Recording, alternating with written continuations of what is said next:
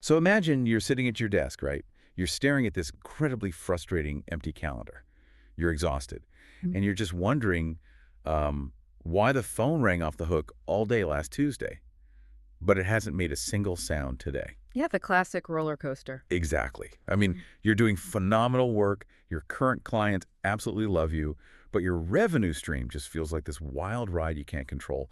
Some days you're completely drowning in inquiries, and then, other days you're stressing about how you're going to make payroll next week. Right. And that absolute lack of predictability, that is the defining struggle for so many of the service and design-focused businesses we consult with. I mean, you pour money into marketing, hoping it'll smooth things out, but honestly, the whiplash just seems to get worse. It really does. And we've been seeing this exact pattern a lot lately with the contractors we work with here at Atrium. So for today's deep dive, we kind of gathered all our recent internal strategy notes, campaign reports, and the industry research we've been looking at to figure out exactly what's going wrong. Yeah, we're basically treating this like one of our internal team sessions. Totally. Our mission today is to just pull back the curtain on why contractors get trapped in this feast or famine cycle. We're going to specifically look at some wild data we've gathered from the chimney and fire safety sector and, show you how we shift the focus away from that desperate chase for random leads and move toward building predictable, highly profitable systems. The chimney and fire safety sector is honestly the perfect microcosm for this whole problem. It just perfectly illustrates this trap that almost every single business owner falls into. The busy season trap. Yes, the illusion of the busy season. We see this materialize every single February without fail. Because February is National Chimney Safety Week. Right. The trade associations are heavily promoting it, the equipment suppliers are blasting out emails about it, and suddenly every local contractor feels this immense, crushing pressure. They feel like they're missing out if they don't do something. Exactly. They look at the calendar and think, oh man, I have to capitalize on all this awareness. I need to push all my chips to the center of the table. So they blindly dump their entire quarterly marketing budget into ads, just all at once. Which seems logical on paper, but when we were reviewing some client campaigns recently, Diego on our data team actually ran the numbers on this specific February phenomenon. And what he found was pretty shocking. Oh yeah, Diego's report was eye-opening. He found that when an entire local industry decides to run ads at the exact same time, you trigger this chain reaction that actively destroys your profit margins. Because you have to look at the underlying mechanics of platforms like Google Ads and Facebook. People forget these aren't static billboards with fixed price. Right, they are real-time auction systems. Precisely. You're not just buying an ad, you're literally bidding for a momentary slot of attention. And the platforms have a limited inventory of screens and searches in your specific zip code. So when multiple local competitors suddenly crank up their budgets for the exact same search term, like chimney inspection near me or whatever. You are artificially inflating the demand while the supply stays exactly the same. The algorithm just sits back and watches you bid against the contractor down the street. Wow. So the cost per click absolutely skyrockets. It skyrockets. Your customer acquisition cost doubles, sometimes triples, which means you are literally subsidizing Google's revenue growth by cannibalizing your own profit margin. It's basically a bidding war where the only real winner is Google. Yeah, exactly. Google wins, you lose. But it actually goes beyond just the math of the auction. The second thing Diego's data highlighted was this massive behavioral shift in the homeowner. Oh, right. Because every single company in town is pushing this identical National Chimney Safety Week promotion. Right. So you are collectively training buyers to become hyper-focused comparison shoppers. They know if they just hold out a few days, someone else is going to offer a steeper discount. They aren't evaluating who is the most qualified anymore. No, not at all. They're evaluating who is willing to slash their prices the lowest. And that introduces the third, and really the most destructive consequence, which is that the quality of the lead just completely plummets. The people calling during this frenzy are incredibly price sensitive. I remember looking at the call logs from one of these campaigns before we restructured it. It was brutal. What were they saying? The homeowners weren't asking about certifications or insurance or anything like that. They were immediately arguing over the $99 inspection fee. Like, they wanted the contractor to justify every single line item before they even booked. Since serving that type of client is just an operational nightmare. I mean, they take up way more administrative time. Absolutely. And they're way more likely to leave a negative review if you find an actual issue that costs money to fix. Plus, they're significantly less profitable. So a business owner looks at their dashboard, they see this massive spike in inquiries, and they think, awesome, the phone is ringing. But then when you calculate the actual net profit per customer at the end of the month, It stayed completely flat. Or in many cases, it's actually dropped. they confuse chaotic activity with actual business progress. Think about the psychology of discounting a service like this. We were talking about this the other day. It's essentially like running a massive Black Friday blowout sale for parachutes. That is the best analogy. Right, because people don't want a discount parachute. They want one that they know is absolutely 100% going to work. Hmm.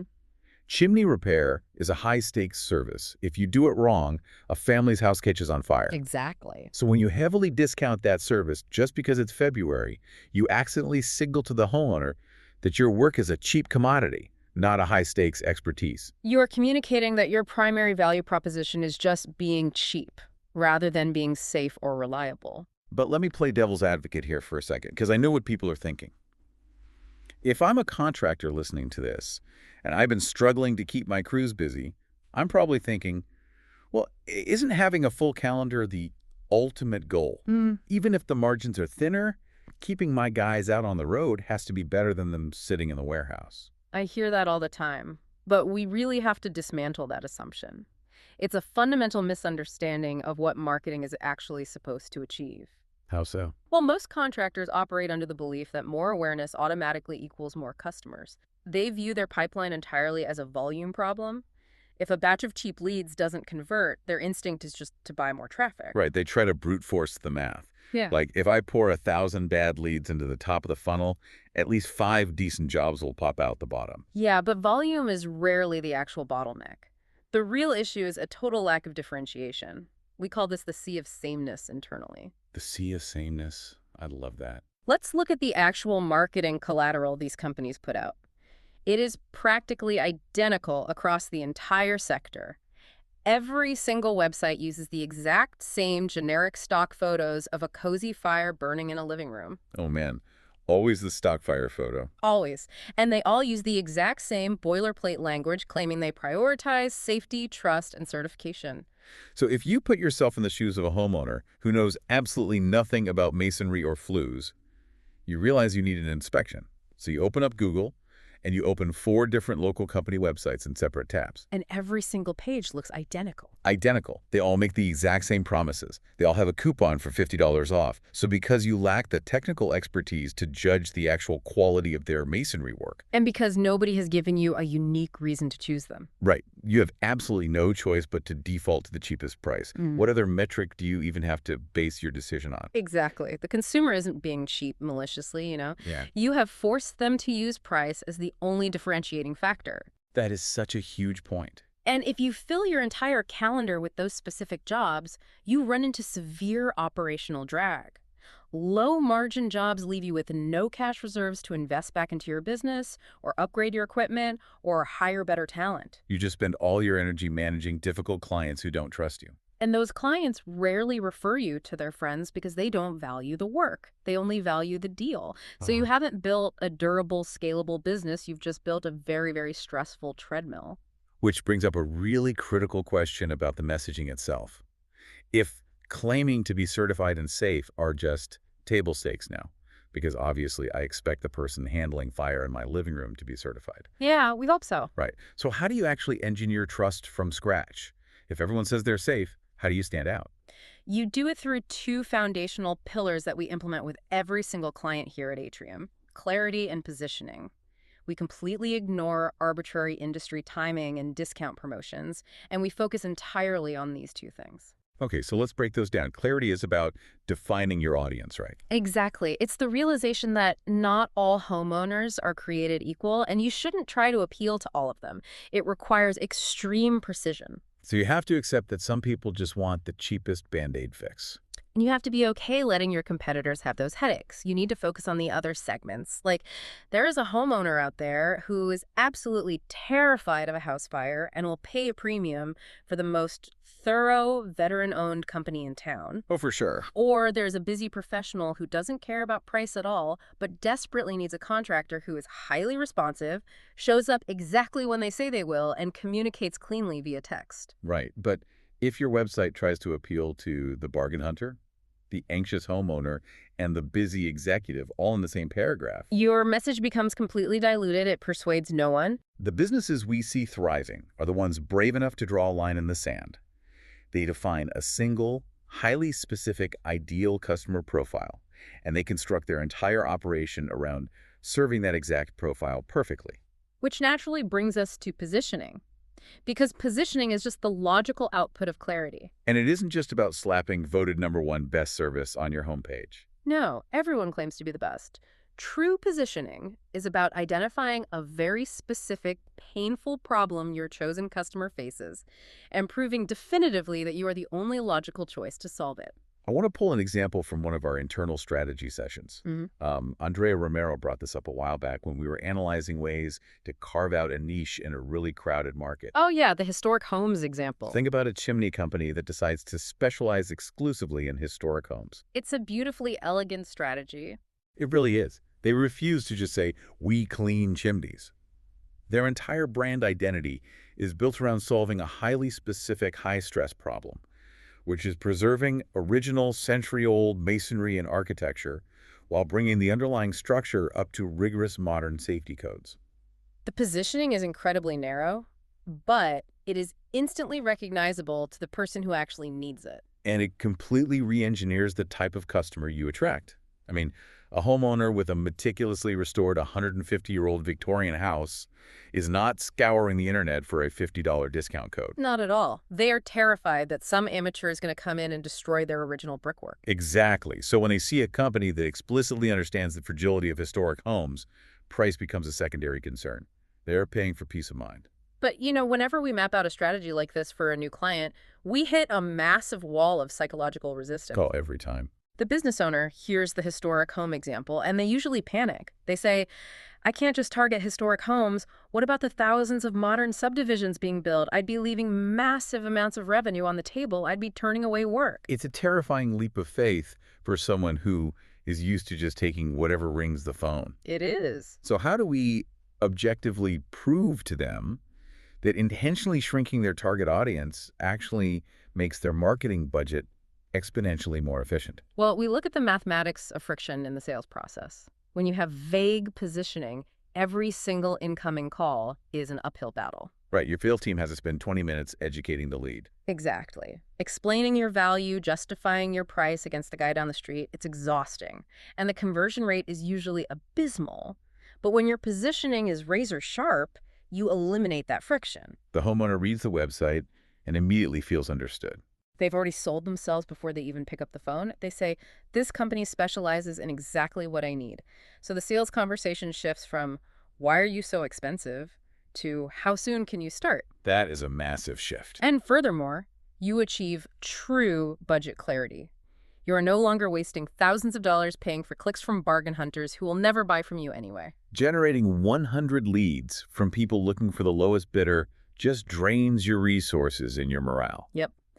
But generating 20 hyper-qualified leads from people who inherently value your specific expertise, that is how you build a high-margin, scalable business. But let's ground this in reality for a second, because we've both seen the dark side of this. Oh, definitely. We can come in, we can build out a flawless strategy, establish budget clarity so we know exactly what a marketing dollar yields. We can get the positioning so sharp that the perfect high net worth historic homeowner raises their hand, clicks the ad, and says, yes, please come inspect my property. And the entire deal still implodes. Yes. It still blows up. Because generating the lead is only the first half of the equation. This is honestly the single biggest operational bottleneck we observe in the field.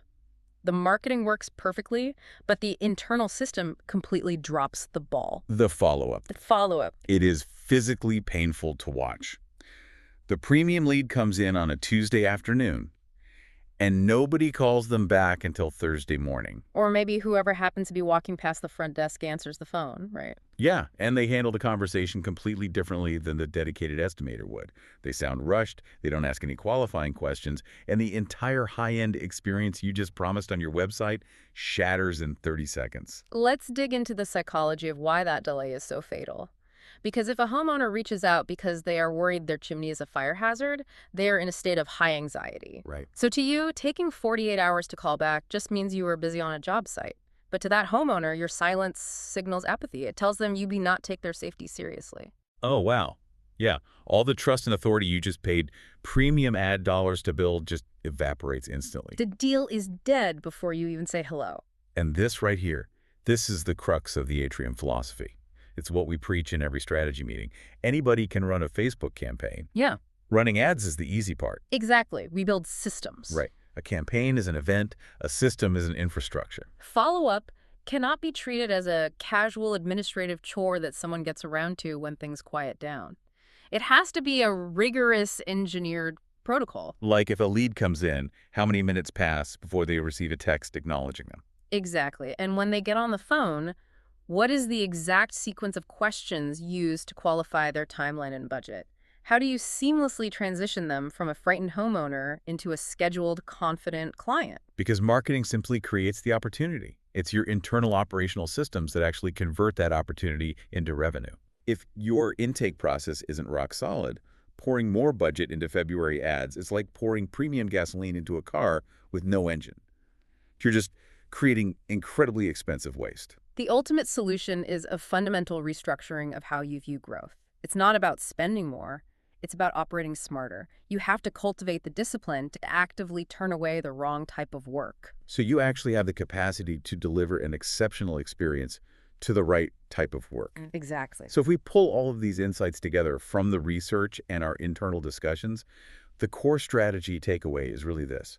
You have to step off the seasonal treadmill. Stop chasing these arbitrary volume spikes just because the industry tells you to. A calendar stuck full of low-margin, high-headache jobs is infinitely worse than a half-full calendar of highly profitable, respectful clients. 100%. You need to actively filter out the bargain hunters, obsessively define who your ideal customer is, and build a relentless, reliable system that captures and converts those specific people every single time. And, it demands patience. But more importantly, it demands absolute conviction in the value of your expertise. You don't win the game by generating the highest volume of inbound calls. No. You win by systematically attracting the customers who trust your authority, who happily pay your premium, and who ultimately become the foundation of your long-term growth. That is the structural shift from enduring feast or famine to actually building predictable, sustainable momentum. Yeah. And look, if you're listening to this and nodding along, if you are tired of the inconsistent lead flow, the endless price haggling, and just the constant stress of not knowing where next month's revenue is hiding, that is exactly what we tackle as a growth partner at Atrium. That's what we do. We aren't just an ad agency. We partner with you to rebuild the underlying systems that actually drive your business forward. You can find us at creativeatrium.com, and we can just have a straight, honest conversation about what is currently working in your pipeline and what is secretly costing you money. And before we sign off, I actually want to leave you with one final, very tangible exercise to think about this week. Oh, I love ending on these. What do you have? Open up your CRM or your invoice book today and take a hard, critical look at the last 5 jobs your team actually completed. Be brutally honest with your assessment. Okay. Did you win those specific contracts because you were genuinely the most qualified, best possible fit to solve that client's unique problem? Or did you win them simply because you happened to be the absolute cheapest option available that afternoon? That is a tough question to answer. It is, but the honest answer to that question will reveal exactly what your current marketing infrastructure is truly built to attract.